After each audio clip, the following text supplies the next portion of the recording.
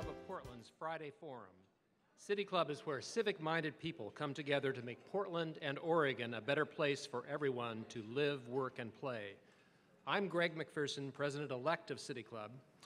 Members and guests are gathered today at the Sentinel Hotel, along with all of you listening on OPB Radio or watching on Portland Community Media. The generous support of City Club's corporate and media sponsors enables us to put on the state's best civic programs week after week. Our media partner is Oregon Business Magazine. Our current Friday Forum sponsors are Echo Northwest, Chevron, Girding Edlin, Morel Inc., Northwest Natural, and Schwabe Williamson and Wyatt. Please join me in showing our appreciation for all of them.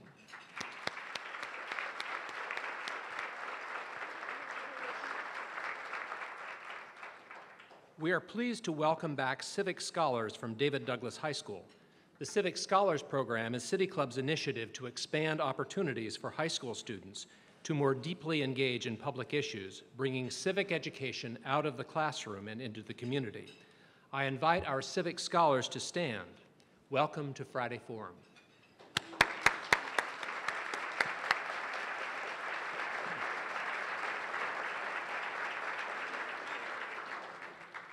City Club is where people who love Portland come together to analyze our shared challenges and develop thoughtful solutions. Now is your chance to love Portland back by becoming a City Club member. If you join or renew your membership between now and May 31, you will save $25 off the cost. Those in the live audience can join after the program by connecting with a City Club staff person at the registration table. We will not have a Friday Forum next Friday, as it is the day before Memorial Day weekend. On Friday, May 29, we are pleased to welcome New York Times Vice President David McCraw, who will talk about what news isn't fit to print, an increasingly important question following the attacks on cartoonists in Paris and Copenhagen. In the evening of Tuesday, May 19, City Club will hold an issue forum at the Center for Advanced Learning in Gresham, featuring education and business leaders on innovative approaches to career technical education and preparing for the workforce. On Tuesday, May 26, City Club will hold its annual Civic Awards ceremony to celebrate the achievements of civic heroes in engaging youth in public issues. Join us here at the Sentinel Hotel that evening for an inspiring program. You can learn more about these City Club events, purchase tickets, and become a member on our website, pdxcityclub.org. As always, we will be live tweeting today's program. You can follow along and join the conversation using the hashtag PDXCityClub. Later in our program, Mark Jackson will facilitate a Q&A session with today's speaker and those in the audience. Asking questions at the City Club microphone is a privilege of membership, but anyone here in the audience at the Sentinel may write a question on one of the index cards found at the center of the tables. Hold your cards up high and a City Club staff member will collect them before or during the Q&A session.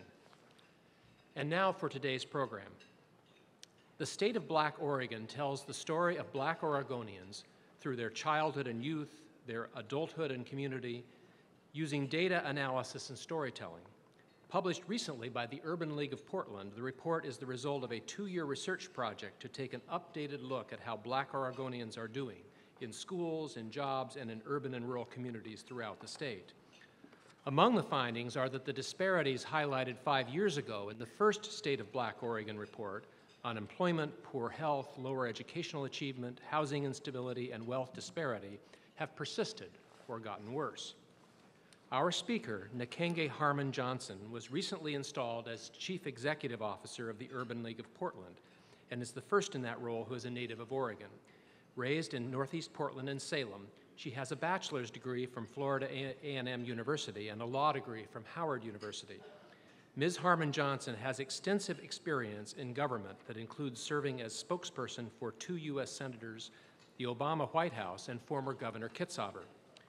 Her departure from the last of those positions was reported in the press as coming after she criticized the conduct of former First Lady Sylvia Hayes in a staff meeting. Before coming to the Urban League, Ms. Harmon Johnson spent some months mastering her power tools and working on the home she shares with her husband, 3 rescue cats, and 3 German Shepherds. This presentation will be facilitated by Mark Jackson, the president of Reaching and Empowering All People, known as REAP, a nonprofit organization committed to developing the capabilities of disadvantaged students.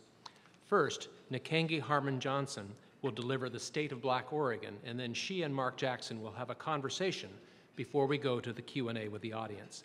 Please join me in welcoming today's guests to Friday Forum.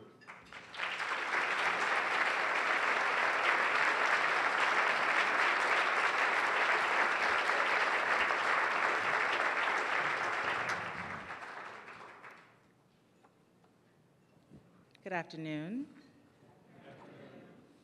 Greg, Mr. President-elect, thank you very much for that kind introduction. And thank you to the City Club for having us here today for Friday Forum. I certainly appreciate the invitation, and I'm glad to be here. Before I get started, I should say thanks very much to the many board members. Many of my board of directors members are here today. If you would please just wave your hand so folks in the audience can know that you're members of the Urban League of Portland, that you're here to support. Thank you. I would also like to thank my predecessor, former CEO and President Mike Alexander, for joining us today. Thank you.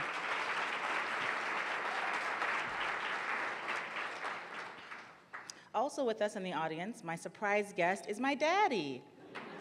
Hi, Daddy. Wave.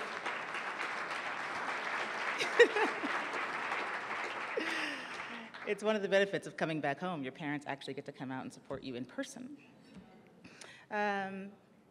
Midge and Katie, you're not out of this. I would also like you to stand up, actually, so people can see two of the women who were most profoundly involved in the creation of the State of Black Oregon in 2015. Katie Sawicki and Midge Purcell, will you please stand?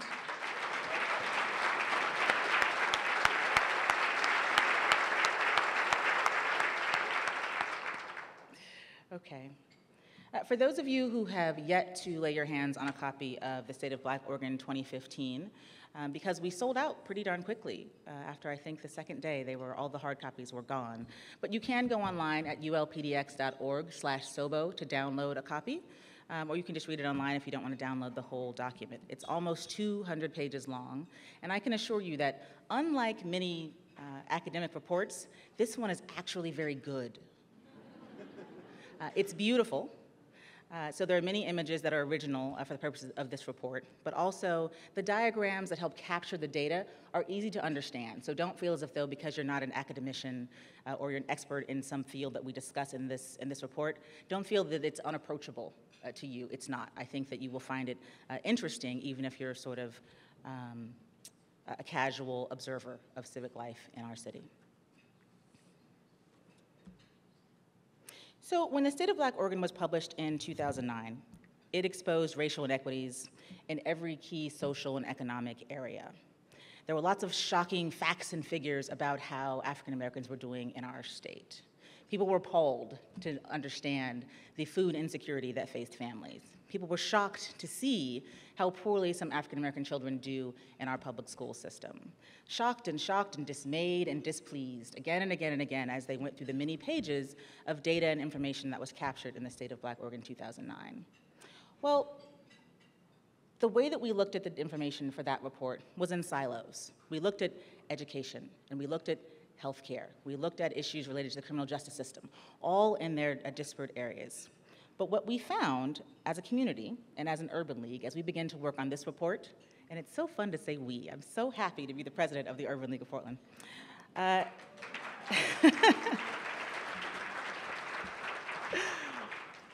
What we found is that you can't talk about employment, or unemployment for that matter, without talking about education. And you can't talk about economic stability and housing and anti-gentrification work without talking about criminal justice system, without talking about nutrition and health and jobs. All of these things are connected. So the way that we think about them and the way that we look at the data needs to be connected as well. So there you are. Hi. I'm going to have some help with the slides today. So this version of the State of Black Oregon is a departure from the past efforts. It uses a framework that looks at all of these issues together, and it looks at our community more broadly than ever before. Here's an interesting fact, folks. There are African Americans in each and every county in the state of Oregon. I know, it's amazing, right? So I happen to have family in Southern Oregon. I happen to live in Marion County. So when people tell you that African Americans live in North and Northeast Portland, that's just about it, yeah, sure, that's where most of us are, and for that matter, East County now. But we're certainly a part of this state and the communities across the state.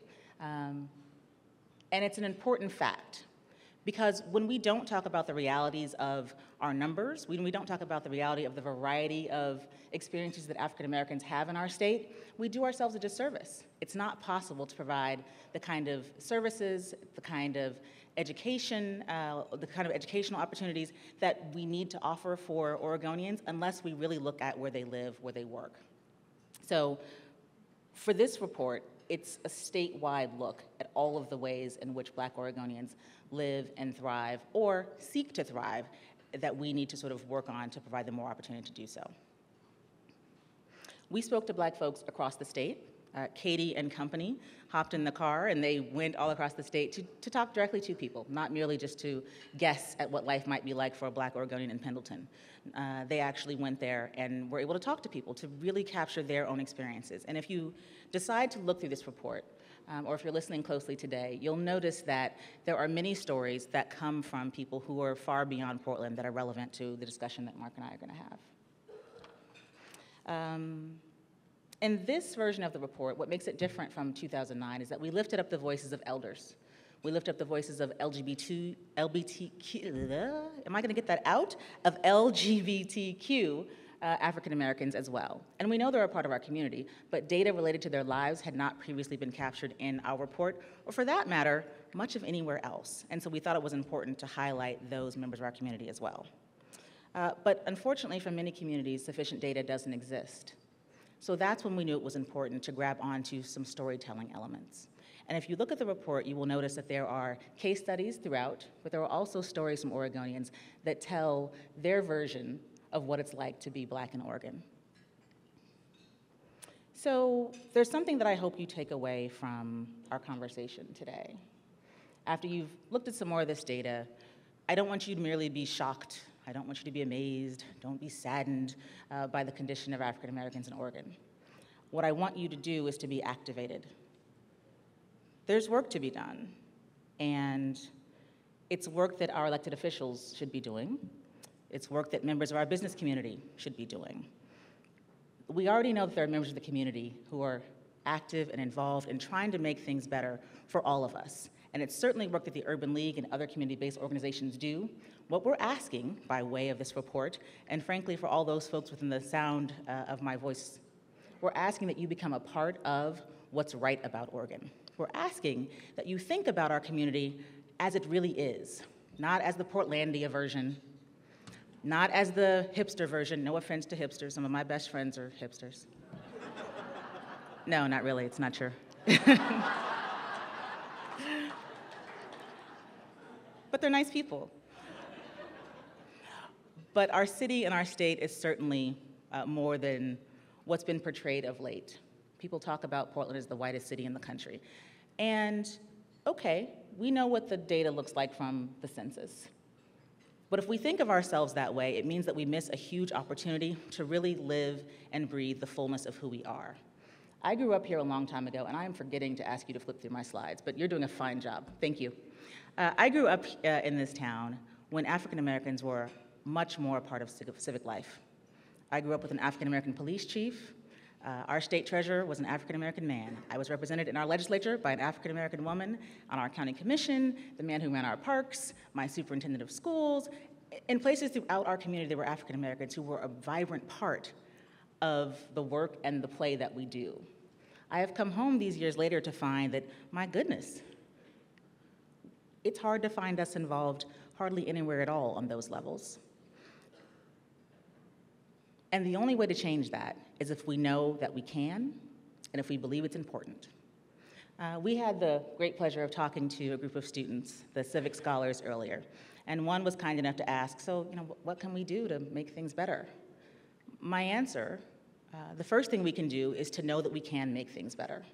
The community we live in now is not the way this community has always been, and it's certainly not the way that it has to be. That's the first thing we can do, is to have that realization.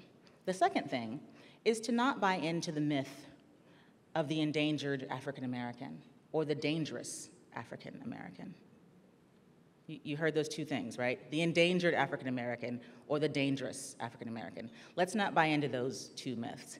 Often I hear people talking about Portland and Oregon, and the litany they offer could fit Newark or Oakland or some other larger cities that simply do not have the history that we have here. So those are a couple of things you can just start with in your own mind to know that we can do better, and then to ask it of yourself and of your organizations that we actually do better. Not later, but now, because we can. And in this report, there are a number of action steps that are laid out at the end of every chapter. So after you've looked at the data and you've identified what some of the problems are, you can also look at what can be done to fix them. It's pretty comprehensive. Thanks, Midge. The Urban League this year is 70 years old. That makes it one of the oldest African American service and civil rights and social justice organizations in the Pacific Northwest. We're part of an organization of over 90 urban leagues across the country. And our job is to be the voice for African Americans and other people of color in the region. But beyond that, we're a coalition builder. We work in and amongst the community with faith-based organizations, with community-based organizations, with educators, with elders, with all those folks who seek, like we do, to make Oregon a place where all of us can thrive. So you know a little bit about our mission, and I'm going to put in this quick plug. If you believe, like I do, that we can do better, join us. Check us out at ulpdx.org, ulpdx.org. Take a look at the work that we do. For that matter, come by and visit. We're still in our same old building over there on 10 North Wessel. Perfect. Thank you. You can hold on this slide for a little bit. As I'm talking today, I'm not going to inundate you with a lot of data because I want you to look at the report. And I think that the best way for you to understand what it is that we're facing is to do so. I mentioned that it's 200 pages long, and it is, but we don't ask that you read the entire report. We ask that you go to the section that interests you most, because I'm certain that there will be one, and find information there that is relevant to you, relevant to your work, relevant to your community. But I will talk to you about the large framework in which we decided to present this information. We used a lens that allowed us to look at issues like poverty, food security, and incarceration, because as I mentioned, they're all interconnected. We know that the health of a mother and her babies, when they're 10, 20, 30 years into their life, we know that all starts when talking about issues related to poverty and food security. Education outcomes, math and reading scores at the third grade level have a lot to do with whether or not one will wind up incarcerated as an adult. It's not a secret. We also know that chronic health issues like high blood pressure and diabetes have a lot to do with the way you ate as a kid and the way that you continue to provide nutrition for your body as you grow into an adult. Well, that's also connected to the work that you have or the lack thereof. So as we talk today, I think issues related to low birth weight, to graduation rates, to high blood pressure should stay in the back of your mind because it provides the appropriate context for why all of this matters. It's not simply a matter of, you know, we really would like African Americans to do well in our town. But sure, we would like that. But it's a larger issue, and it's the reason that we have a mandate to do this work together.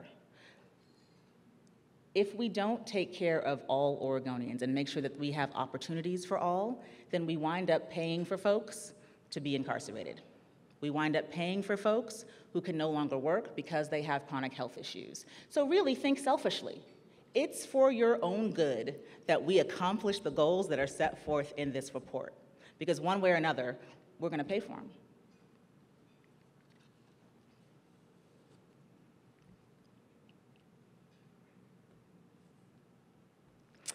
This report informs solutions rather than merely laying out problems.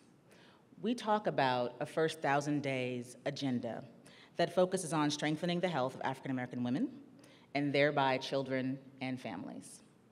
We also talk about a jobs plan for Oregon. And you know, like I do, that during the deepest part of the Great Recession, we had a higher than average unemployment rate across our state. You might not be so surprised to know that as bad as it was for Oregonians in general, it was even worse for African Americans. So we talk about a jobs plan for Black Oregon that can lift up the Black workforce as an untapped resource for Oregon. Let me stop there for a second. We're stuck between Washington to the north and California to the south. California is almost a country unto itself economically. Washington has figured out a way to grow gangbusters. And here we are in the middle. A state that's got a lot of land, big geography, but not a lot of people. We can't afford to allow anyone to slip through the cracks in our state. Because if we do, we'll be left behind. Oregon will be the place that's between California and Washington, a place you pass through to take your business somewhere else. And that's not the kind of state that I want to live in. And my guess is, neither do you. In our report, we talk about anti-gentrification strategies and how we can address urban renewal solutions that really work for all of us, because we know it's possible. Gentrification didn't have to be a bad word, but it is because we know that people of color always wind up losing.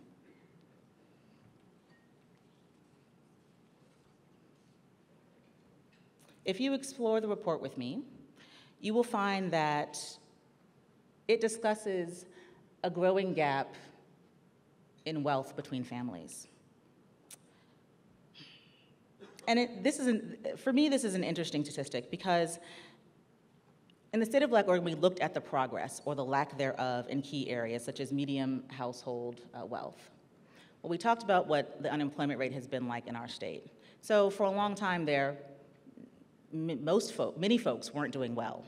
Well, it turns out that as things started to turn around, and as the wealth of white households increased by 22% over a 10-year period, the wealth of African American households increased by only 9%. That means the wealth gap between the two only increased, even during this time when our economy was headed backwards. African American families still lost ground. I want you to think about that for a minute, because to me it points out the fact that we've got some clear structural inequities in our economy and the way that things work.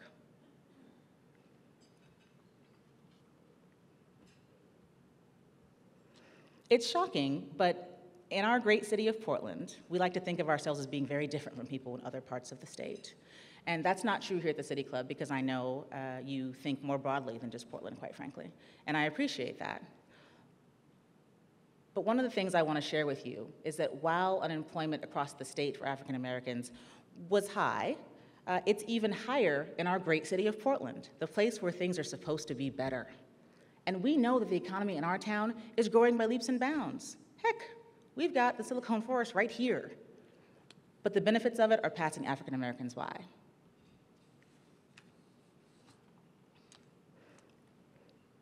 We can talk a little bit about the displacement in our communities, and maybe we'll do that during our discussion session. But we know that once upon a time, African Americans lived largely in North and Northeast Portland. But there was a period of less than 2 decades during which the population have shifted.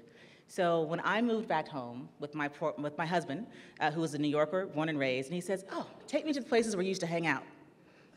Take me to the neighborhood, you know, these things you've described to me growing up, take me there." Sure, we're headed up to Alberta. Yeah, you're laughing for a reason, right? Because I get there and I'm thinking, okay, I know I didn't used to drive as a kid, but I'm sure I'm in the right spot. And there's nothing here that reminds me of home, even though I'm at home. And it's a lovely neighborhood, don't get me wrong, but it's one that has very little to do with the people who once lived and loved in that community. Okay, let's talk a little bit about incarceration. We looked at other systems which disproportionately affect the Black community and present barriers to employment, to financial security, and one of those factors is, well, incarceration. In our beloved state, African Americans are incarcerated at a rate that's 6 times greater than that of white Oregonians. Let me say that again. In this state, in this progressive wonder that we call home, African Americans are incarcerated at a rate 6 times greater than white Oregonians. And some people wonder why the Urban League's effort to spread best practices in hiring and to ban the box is so important.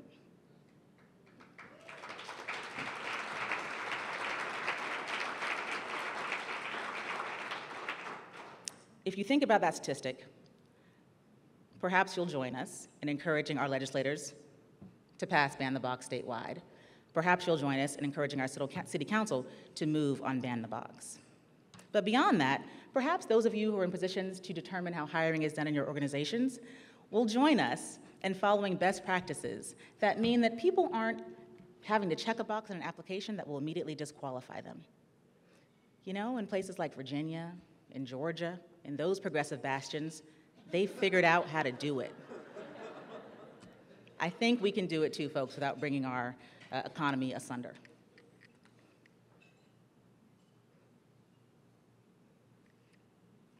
So what does progress look like?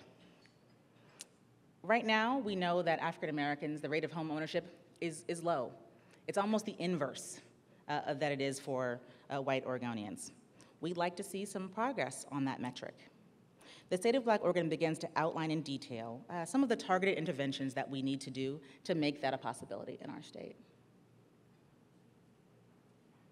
The report also presents areas that we believe policymakers in the private sector can work together, because as we've learned, if these two groups are at loggerheads, nothing gets done. And that's not what we want to see happen, because we've had, well, frankly, too many years of that. Now is the time to change, because we have the opportunity, given that our economy is booming, if only we have the will.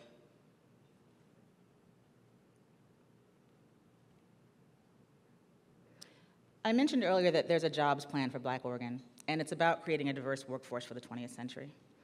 I learned some months ago that 25% of first and second graders in Oregon are Latino.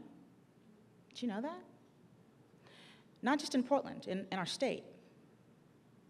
About half of the school children in Portland Public Schools are children of color. So think about what that means for 12 years from now. Think about what that means for 15, 20 years from now. We're not talking about a long time, folks. If these children aren't involved in the best education system that we can offer, are they going to be ready for the jobs we know are going to be part of this economy? The answer is no. And if they're not ready and yet make up such a large part of the population of our state, then what does that mean for us? Again, I invite you to think selfishly about what you read in the State of Black Oregon. Don't do it for the sake of being a good person. Don't do it because helping to include African Americans in the fiber of our state is the right thing to do. Do it because if we fail to make it happen, we're in big trouble. So we have a jobs plan, and I invite you to look at it because I think it's detailed, it's thoughtful, and it's actually involves steps that can work. Our plan calls on Oregon policymakers and the private sector to ensure that Oregon has a 21st century workforce that will help keep the state competitive and prosperous. Even as the economy improves steadily, Black folks are still struggling to get a hold on some of those jobs. Oregon is investing millions of dollars in workforce and skills development. Our state's investing dollars in technology and training. I happen to be a commissioner of Business Oregon, of Oregon's Business Development Department, so I know a little bit something about that. It's important that we make sure that those investments reach everyone. But unless we're intentional about dismantling the barriers to employment, unless we're intentional about making sure that a rising tide lifts all boats, it won't happen. The jobs plan outlines strategies to help remove the barriers by specifically investing in targeted training programs to match high-wage, high-demand jobs, including culturally supportive programs that improve success rates, make sure Black Oregonians meet education goals for the state, and making sure that the private sector reflects the racial diversity of our state. And frankly, that we support the growth of Black businesses. Because we know that many, many jobs, sure, they come from the Nikes, they come from Port of Portland, they come from the large organizations. But frankly, small businesses are the engine of our economy, not just in Oregon, but across the country. And if we don't have African American business owners, it's going to be tough to make sure that we have a solid and sound African American community. So, writing the next chapter, a call to action. 5 years ago, the data we saw had the power to shock folks, to sadden people, to say, oh my goodness, how can this be? Well, the power to shock is largely gone. So we've become inured to seeing doubly high infant mortality rates for African American women. And by the way, high infant mortality rates don't just affect poor African American women. I, as an African American woman of reasonable means and of a relatively high educational background, am still at risk for having a low birth weight baby merely because of my race. This is what the studies tell us. It's not just about economics. It's not just about household income. It has a lot to do with race and the forces of racism. Not only should we as a community still be shocked about the numbers, but we should be outraged. And if we're not outraged, we're probably not paying attention. But we want more than outrage. We want you to join us in this work, because while we have compiled this 200-page report, it's not the Urban League's playbook alone. This work has to be done with our partners, with elected officials, with business owners, with those folks who say they care about the future of this state. If we don't do it together, then, well, maybe I'll be back here in 5 years and the conversation we're having will be even more full of doom and gloom than this one. But I certainly hope not, because in fact, I know that we can do better. With that, I will take my seat and join you for a conversation, Mr. Jackson.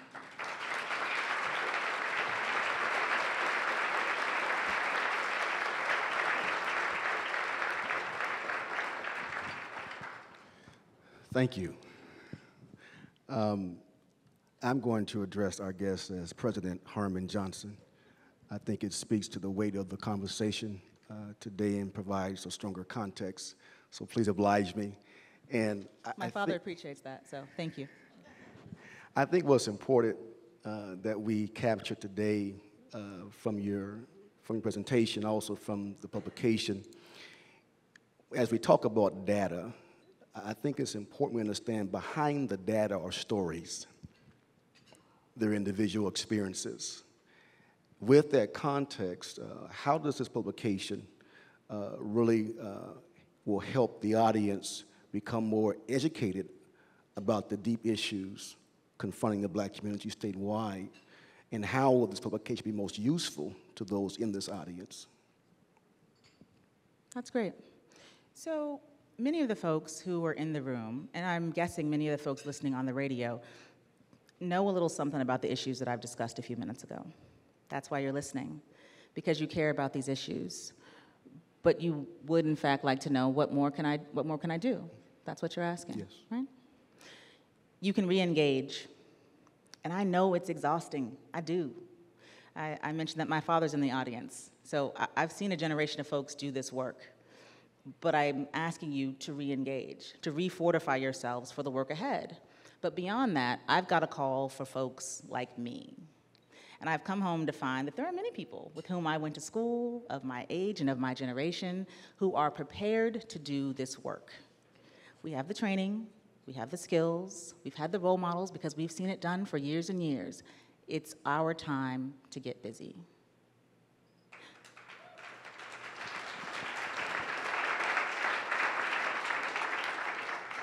Now, as one who is a native of Portland and born and raised in Multnomah County, it was intriguing to hear that we have representation in every county.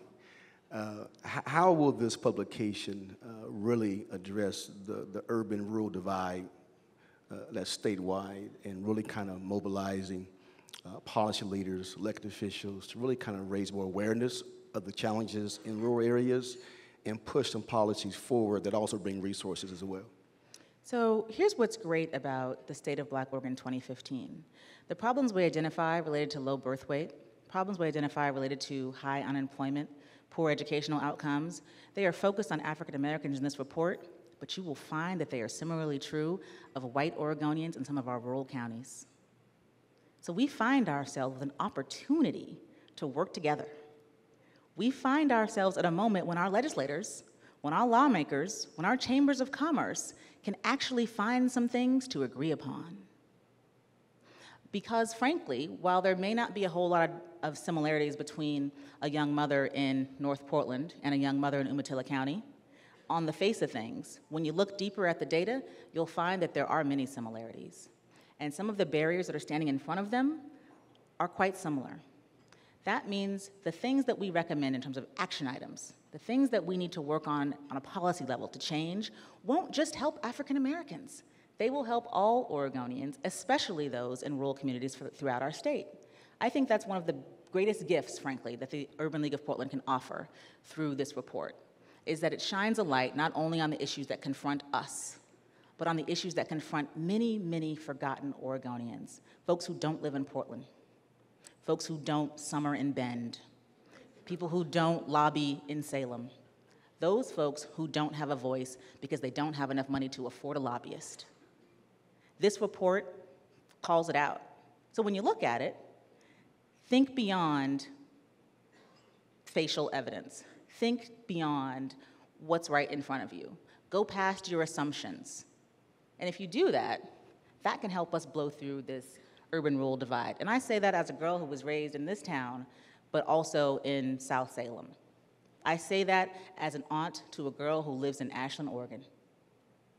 Not as someone who's simply reading it from a page and thinks it's true. I know it is. So when you talk about, earlier you mentioned about the, the displacement of blacks, and often there's an ongoing conversation, be it in person or be it social media, around, what is the black community? Where is the black community?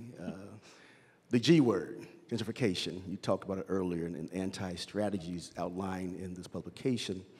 How do we ensure that we don't create victims as we look to revitalize our various communities? Yeah. Just curious. So this is an interesting question for me, especially in Portland, because I hear people talking about, man, the blight that was covering North and Northeast Portland in the 80s and 90s, whew, it was just terrible. And I don't know what they're talking about, because that's where I grew up, with a very protective mommy and daddy, but there wasn't a bus I couldn't catch, there wasn't a street I couldn't walk on, there wasn't a place I couldn't play. That's the blight we're talking about that had to be eradicated, so we needed to gentrify these neighborhoods to make them safe places to live. It's a joke, but it's not funny.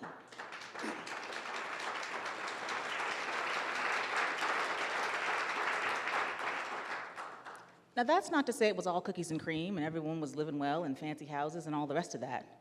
But I mentioned earlier, let's not buy into the myth of the Portland that was or that is now. This is not Newark, y'all. It's not LA. And we don't have to act like it is. So part of what we can do in terms of an anti-gentrification strategy is to see the reality that's in front of our face, is to actually look at our communities for what they are. Don't just see black and brown faces and assume then that those neighborhoods must be in peril. Don't just see black and brown students in these schools and assume then that those schools must not be so good, and there's no way to make them better unless these kids get out of here and their families follow them too.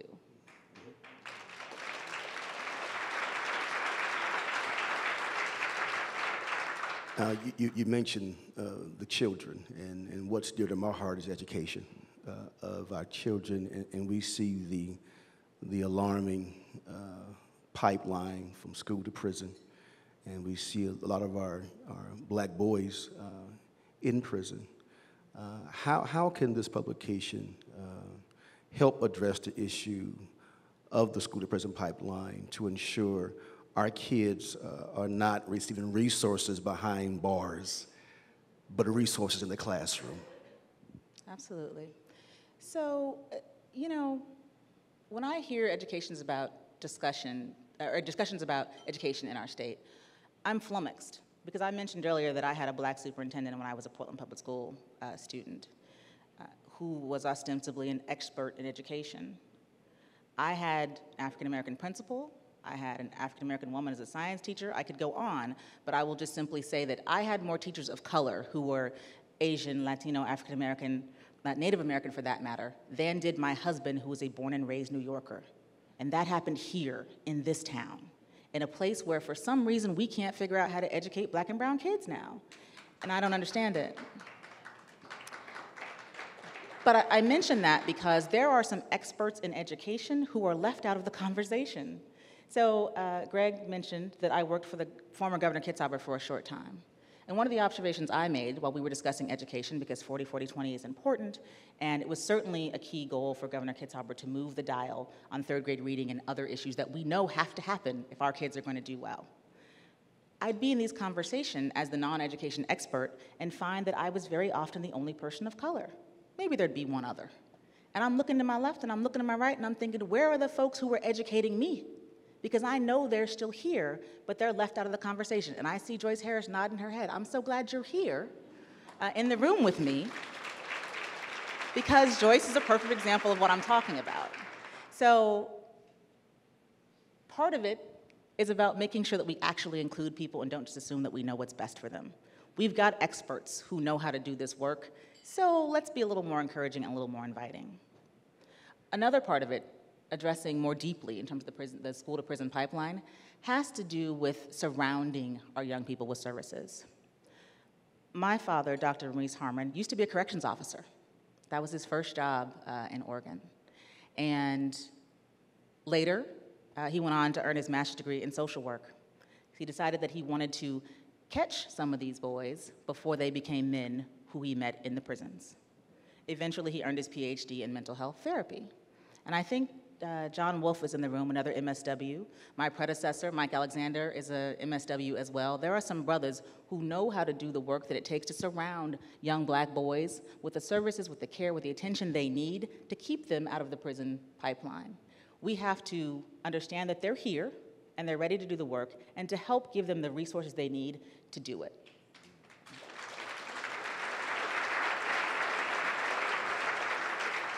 So to build upon that, we can't have a conversation and not talk about the DOJ settlement in Portland in terms, do you feel it being a step forward? What is your perspective on that? So, I keep saying that. The settlement, it's interesting because it focuses on Oregonians with mental health issues and the way that the Portland Police Department relates and reacts to them. And that's hugely important. It is hugely important. But what it doesn't do is speak directly to the concerns that communities of color have with regards to policing in our community. And that's a missed opportunity. It's unfortunate. But as an attorney, I understand that these things happen when we negotiate. We don't always get everything we want in the end. So it's troubling. I think, however, it lays out a pretty good framework. We know what needs to be done. And if you approach people with mental illnesses a certain way, with certain best practices, it's not entirely unreasonable to assume that similar approaches will work with the rest of the community.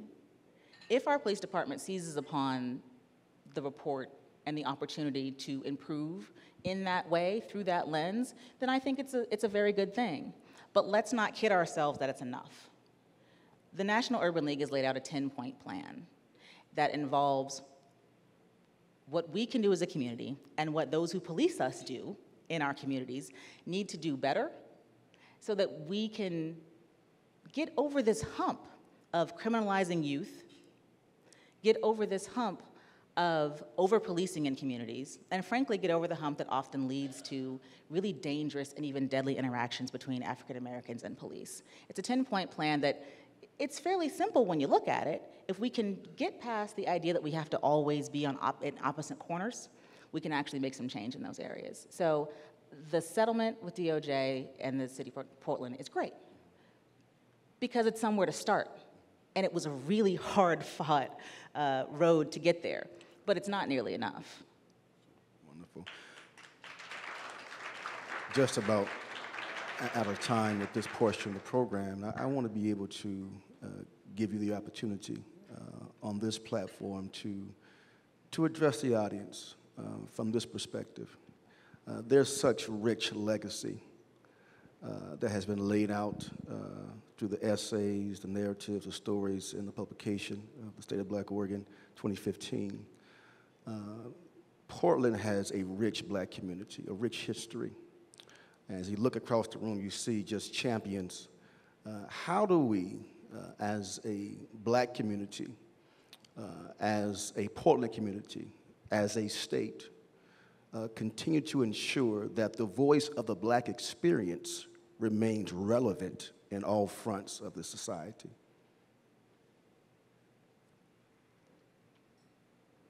I think I mentioned in my remarks earlier that I grew up in a place where there was a significant amount of African American leadership in this town, from our parks to our schools to our police department and elsewhere. And it's not because there were oh so many African Americans in Portland or Oregon. It's not because Democrats, did such a great job of making sure that African Americans were included, because those leaders were they were Republican and Democrat. There weren't as many African Americans in public life as there were merely because they got lucky. Frankly, folks, it's because they decided to make themselves a part of public life. They did what it took to be in the places that mattered. When I was 10, I was a page for Margaret Carter. It was the first time I worked in the Oregon State Capitol. And the story she would tell me still would just make your teeth clatter about the treatment she received from others in the state capitol. But she stayed, she stuck it out. She worked hard for me so that one day I could be having this conversation with you here on stage, so that one day I could be the first African American communications director for a governor in the state of Oregon. But she did it for all of us. And there need to be other Margaret Carters. There need to be other Avell Gordleys. There need to be other Jim Hills. There need to be other Dick Boat. You get where I'm going with this. So when I mention that folks of my generation need to step forward, that there is work for us to do, that's exactly what I'm talking about. It's fine for us to continue to call on Sister Avell Gordley, and I do. It's fine for us to call on Mike Alexander and Joyce Harris and others of our elders, because they're there for us. But it's not fine to continue to lay the work at their feet and to make them carry the load. They did what they did so that we could be prepared to do what we need to do now. And I'm looking around and I see you, Shabri, and others who do some of this work.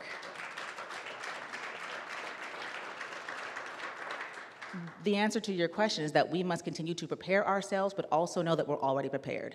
So it's time to run for office.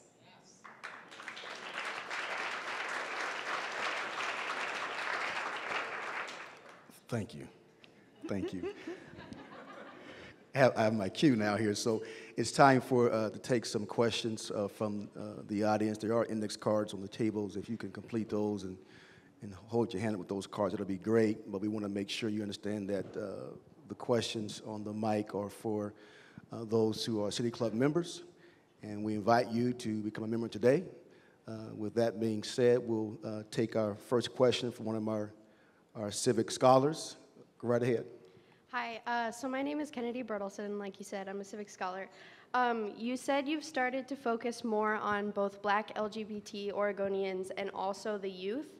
My question to you is, do you work with or are you really aware of organizations like the PFLAG Black Chapter that really work to help those youth?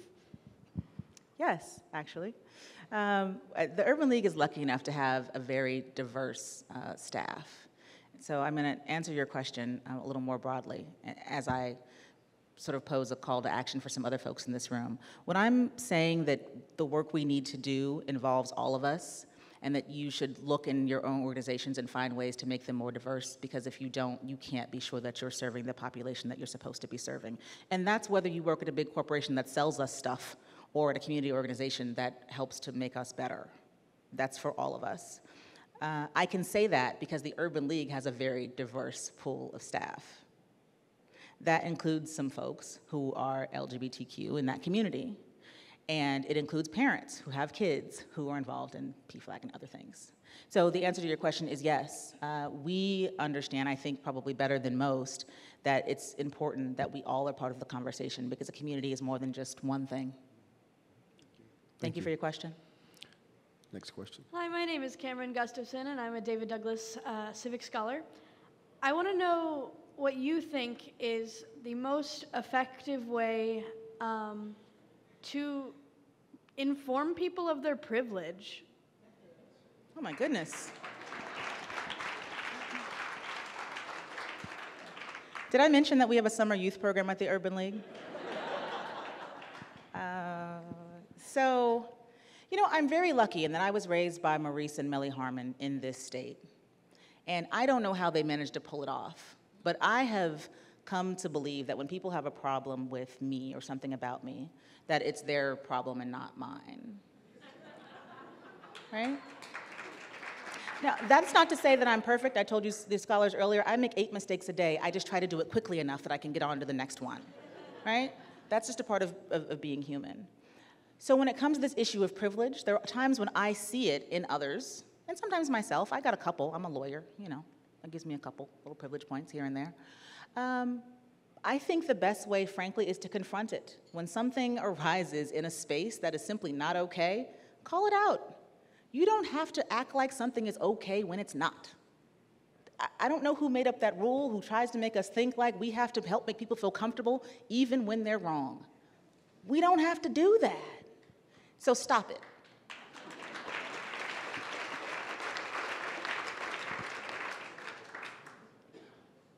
Bill Dickey, City Club member.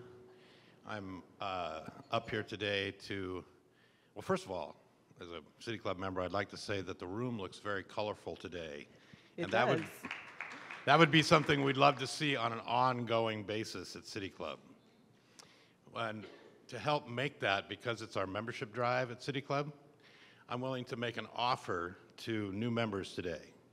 If you will join City Club today, I will pay for your membership in the Oregon Historical Society too. So you get a 2-for-1. And we're really looking for young people to join City Club right now because we need a young tribe to come up behind us and keep the thing going. So join City Club today. And I guess I will take you up on your offer. If I'm one. So if there's a second or a third, go for it. find the guy in the red sweater.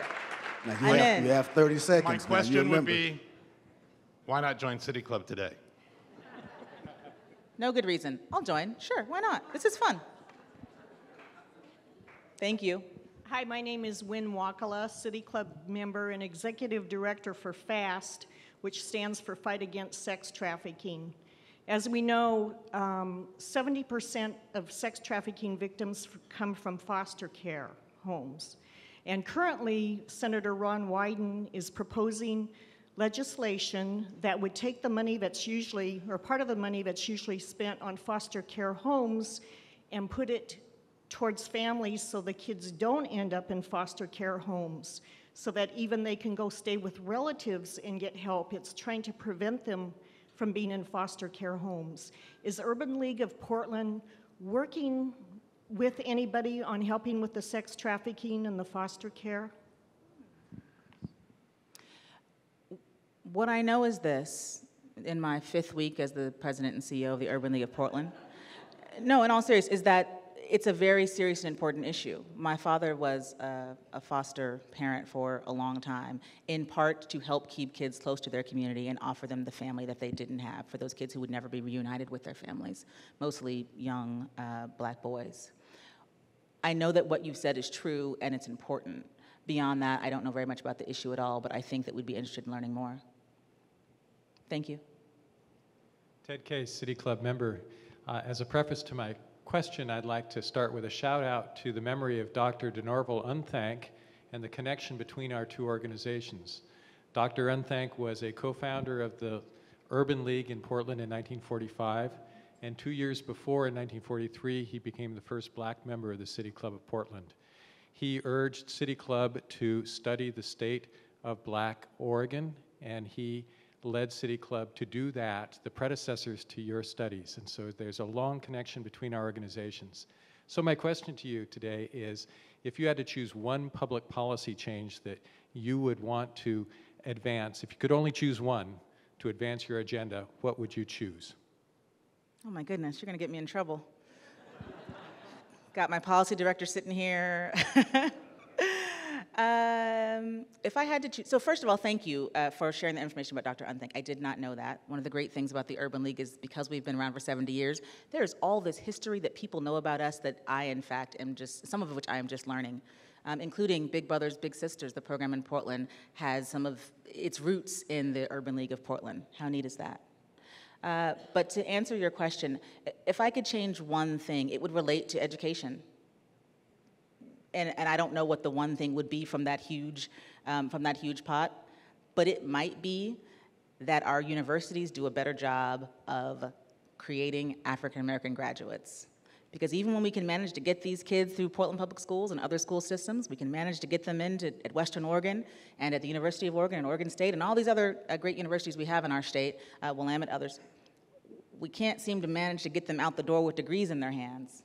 And if we can't do that, it makes it very difficult for them to build the kind of families that can then better take care of themselves and build the kind of state we want to have. So education is the big pot. The little piece is doing a better job of not just getting African Americans into our universities, but also getting them out with degrees.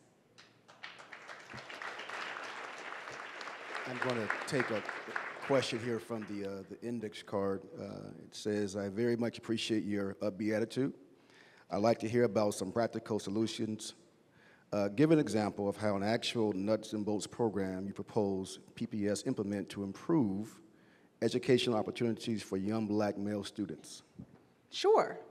When I was a kid, I was involved in the Mathematics Engineering Science Achievement Program, MESA. There were, 50 of us at any given time in middle school, 6th, 7th, and 8th grade, who would go to after-school programs, and then who would go to math, engineering, and science camp at Portland State every summer. What's nerdier than that? I don't know, but it didn't feel nerdy back then because it was super, super fun. They would take us on all kinds of outings where we would learn about all kinds of sciencey things in hopes that, A, we would be engaged in the sciences and math in our school during our day-to-day. But B, that we would look toward those areas as careers as we got older. There were black boys and black girls and white girls and black boys and Latinos and others in MESA. I came home looking for MESA because I'm ready to volunteer, I'm ready to go at it, and I find that it's gone. It doesn't exist. I thought there'd be 400 kids in that program by now because it was amazing. And instead of having all these young black boys on a college campus, starting in 6th and 7th and 8th grade, and continuing on through high school, it's just gone. Well, we know that program worked, and it worked in a lot of ways. Let me give you one example. The first time I ever took the PSAT as a practice exam, I was in the 7th grade. It was a MESA after-school activity, and it wasn't bad at all. And I did it again and again and again until I finally got to high school, and they said, you got to register for something called the PSAT. Oh, that thing? I haven't taken that since 7th grade. Bring it on. That works. So there is one concrete example of something that not just PPS, but in partnership with our folks here in the Silicon Forest, can do to improve educational outcomes for African American boys. Thank you. Before our next question, I want to also add and want to acknowledge the board chair of Urban League, Lenzo Poe, who also is championing a lot of strong interventions that are working for our black boys within PPS. Thank you, Lenzo. Before we take the next question, can I ask you to answer that question? If there were one thing? Education. Education. There are several bills that are being reviewed right now by elected officials in Salem around exclusionary practices, around educational plan for African American students in this state. You want to go ahead and support those bills and see Midge to get more information about those bill numbers. David, my name is David Crandall, City Club member. You're singing my song here in the last few answers. We have a possibility here for something that you might engage in your new role as the president of the Urban League, and that is, as we speak, PPS is launching and has broken ground on 2 major high school renovations. One for Roosevelt High School, a predominantly minority population, another for Franklin, a majority white population. STEM, which your report calls out as an important thing, and your own experience is on point. At Roosevelt gets 3,500 square feet. At Franklin, 9,000 square feet. These numbers are different. They are wrong. They could be changed easily. Would the Urban League be interested in understanding more about that? And if so, who should we talk to help us get PPS to wake up and change something for those kids?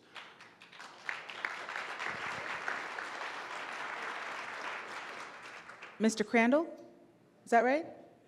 I think I've read something that you've wrote, because I know this is not the first time I've heard of this issue. I don't know if it was in the Oregonian or just on some blog, but I feel like what you just said in relation to the differences, the disparity between what's being done in the renovations of those 2 schools is familiar information to me.